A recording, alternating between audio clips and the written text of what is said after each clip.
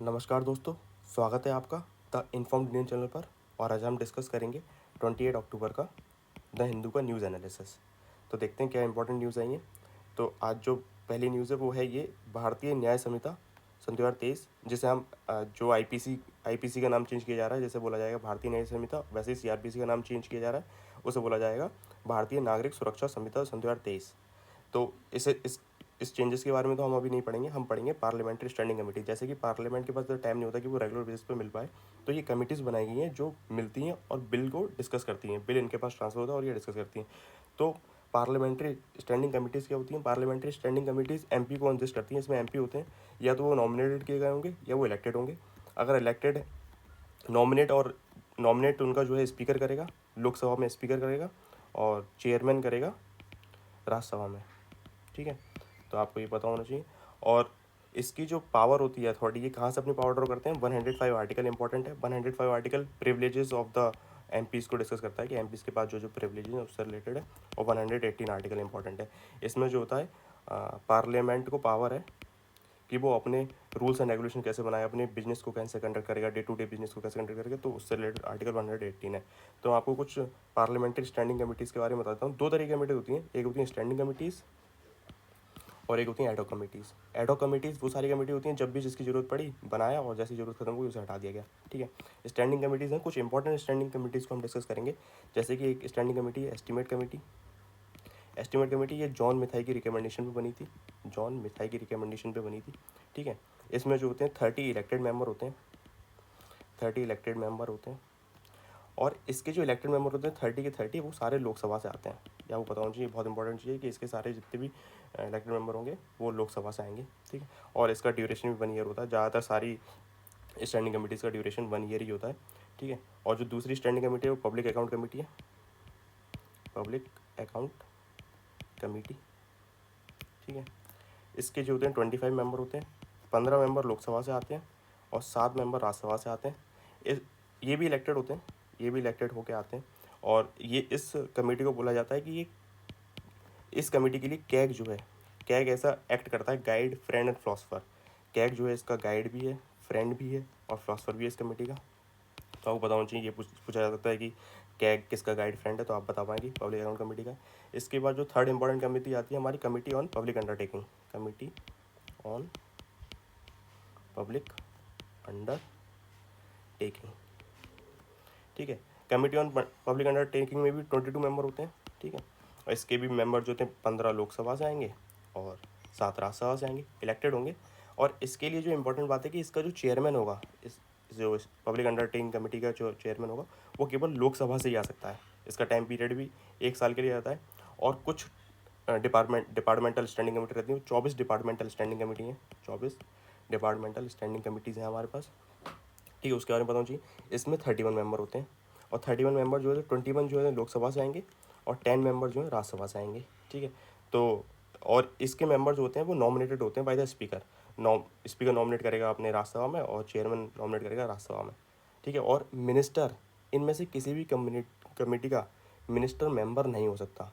Minister member नहीं होगा। ठीक है, ना हेड करेगा इन्हें। केवल एमपी जो होंगे, जो मिनिस्टर्स नहीं, केवल वही इनमें मेंबर हो सकते हैं। तो आपको ये चीज़ पता होनी चाहिए। इसके बाद जो नेक्स्ट है वो एक ईडी के बारे में बताया गया है। तो ईडी एक गवर्नमेंट की एजेंसी है। इसके बारे में आपको पता होना चाहिए कि ये मनी लॉन्ड्रिंग से रिलेटेड जो भी केसेस थे उनके लिए बनाई गई है।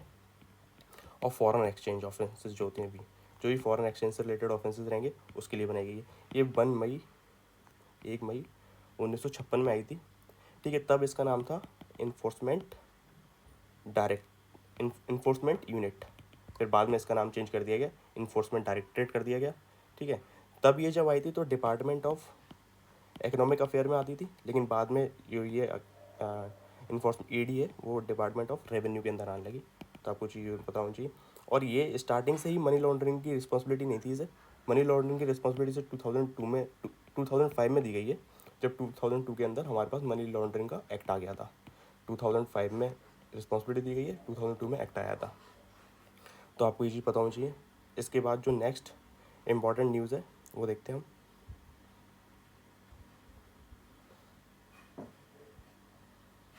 इस पेज पे हाँ ये बता देता हूँ आपको कि जुडिशियल कस्टडी और पुलिस कस्टडी में क्या डिफरेंस होता है?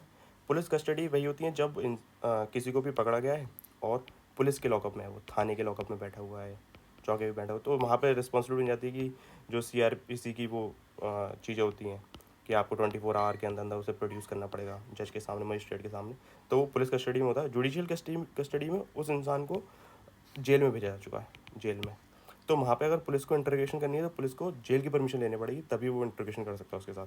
तो पुलिस कस्टडी और जुडिशियल कस्टडी में आपको डिफरेंस पता होना चाहिए। इसके बाद नेक्स्ट न्यूज़ देखते हैं क्या है।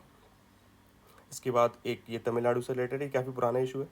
तमिलनाडु एक बिल लेके आना चाह रहा है जिसका नाम है Tamil Nadu admission to undergraduate medical degree courses bill 2021। ठीक है, ये नीट को रिप्लेस करेगा, नीट को रिप्लेस कर देगा ये, और नीट की जगह ये 12th के जो मार्क्स होंगे, 12th के मार्क्स के बेसिस पे एडमिशन हुआ करेगा। ठीक है, तो इंपॉर्टेंट ये नहीं है, इंपॉर्टेंट ये है कि एक मिनट, मेरा पेज स्किप हो गया है, मैं दोबारा उस पेज पे जाता हूँ।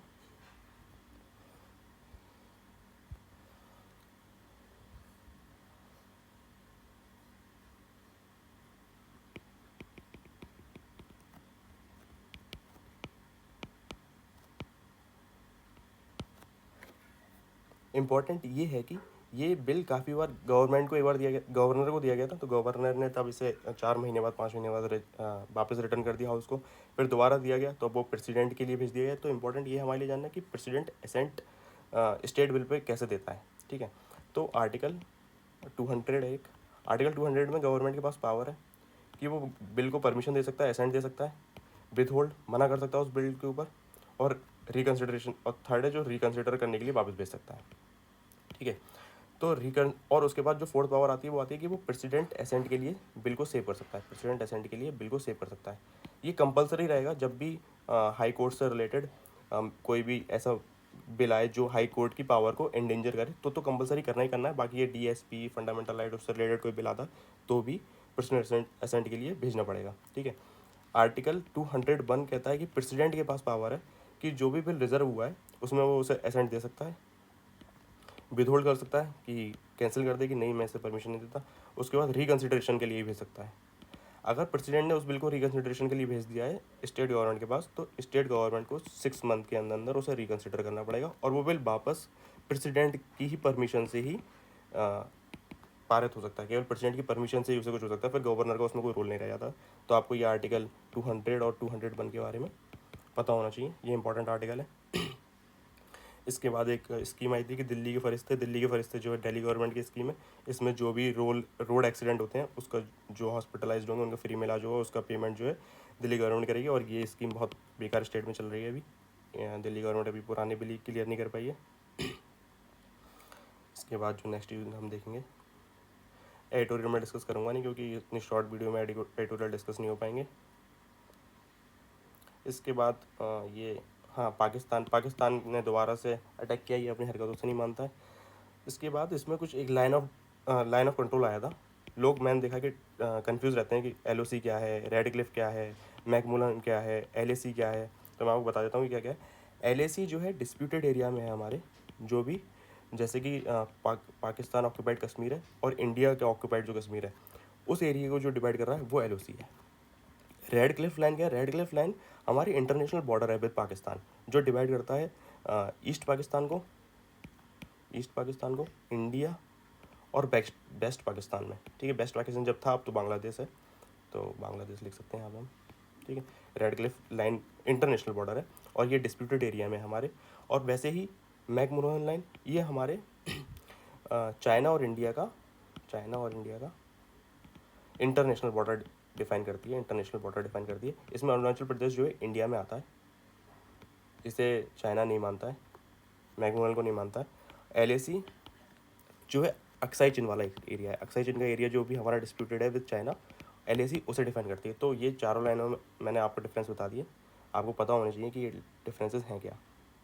ठीक है, इसके बाद जो नेक्स्ट न्यूज़ है वो है ये सेक्शन 67 है ऑफ द IT एक्ट का सेक्शन 67 है। ये क्या कहता है कि आप कोई भी अगर कंटेंट ऐसा है जो पब्लिश कर रहे हैं, ट्रांसमिट कर रहे हैं इलेक्ट्रॉनिकली और एनी वे, तो वो अगर सेक्सुअली डिज़ायर को आपको शो करता है, बहुत ज़्यादा सेक्सुअली डिज़ायर को ओपनली शो करता है, या कुछ भी कामुकता टाइप वर्ड यूज़ करूँगा मैं, कामुकता टाइप चीज़ें होती हैं, अगर वैसा कोई चीज़ है तो उसके लिए ये ऑफेंस है, वो ऐसा नहीं कर सकते आप, ऑफेंस है।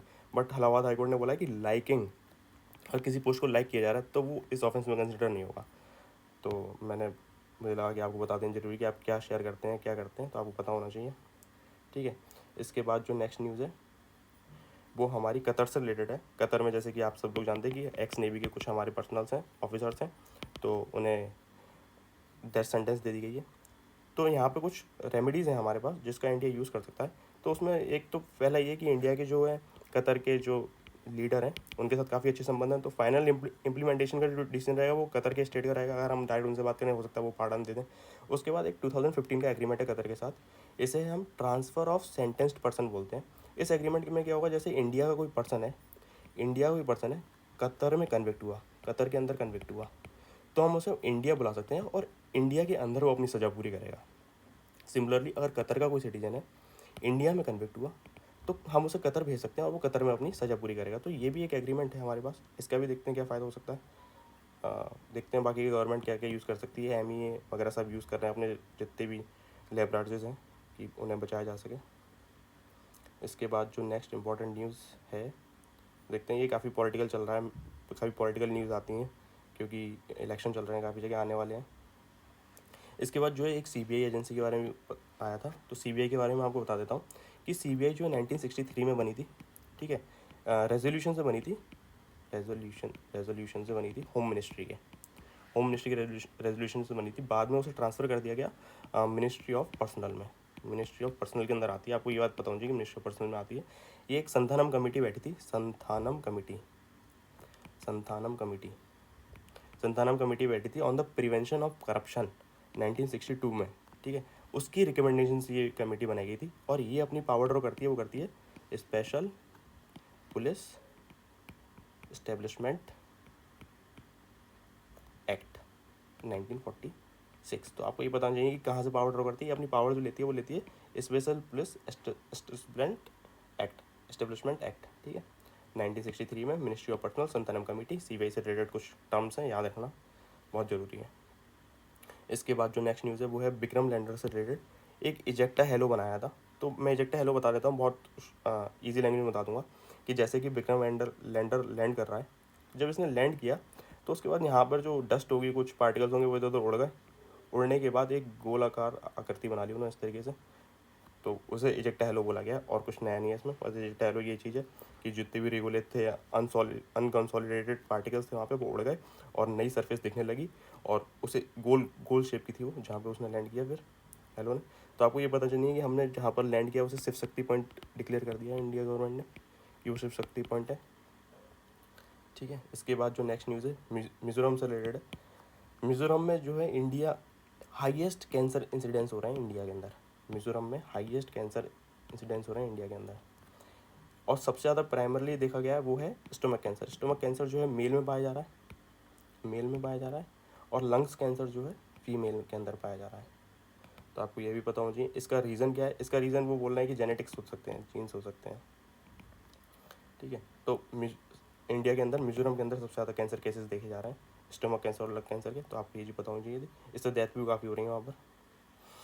इसके बाद जो नेक्स्ट न्यूज़ है वो, मुझे यहाँ पे कुछ खास न्यूज़ दिखी नहीं, पूरे इस पेज पे भी कोई खास न्यूज़ नहीं है। उसके बाद यहाँ भी कोई खास न्यूज़ नहीं है। इसके बाद हाँ ये है, एक NPA के बारे में जान सकते हैं आप। NPA के बारे में पता होना चाहिए।